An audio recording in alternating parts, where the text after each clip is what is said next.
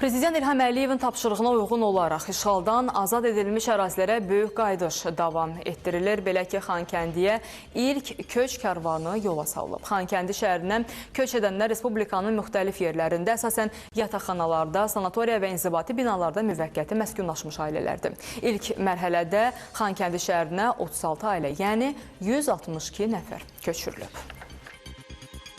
Allah şəhidlərimizə rəhmət eləsin, qazilərimizə də can sağlığı versin. Prezidentimiz də çox sağ olsun ki, bizim üçün 33 ildən sonra belə qayıdışa razı oldu. Bəli, Xankəndidəyəm. Mən orada bağçaya gedirdim. 30 ildən sonra qayıdıram, amma hər şey yadımdadır, hər şey gözümün qabağındadır. Şükür Allah, Allah şəhidlərimizə rəhmət eləsin. Qazilərimizə Allahdan şəfa. Çox sağ olun. Nə deyim, sevinç hissi doluyuq bu dəqiqə. Şükür Allah'a qayıdırıq öz yurdumuza, yerimizə, obamıza qayıdırıq. Kimlərlə gedirsiniz? Ailəmlə gedirəm, 6 nəfərik, 4 otaqlı ev veriblər bizə.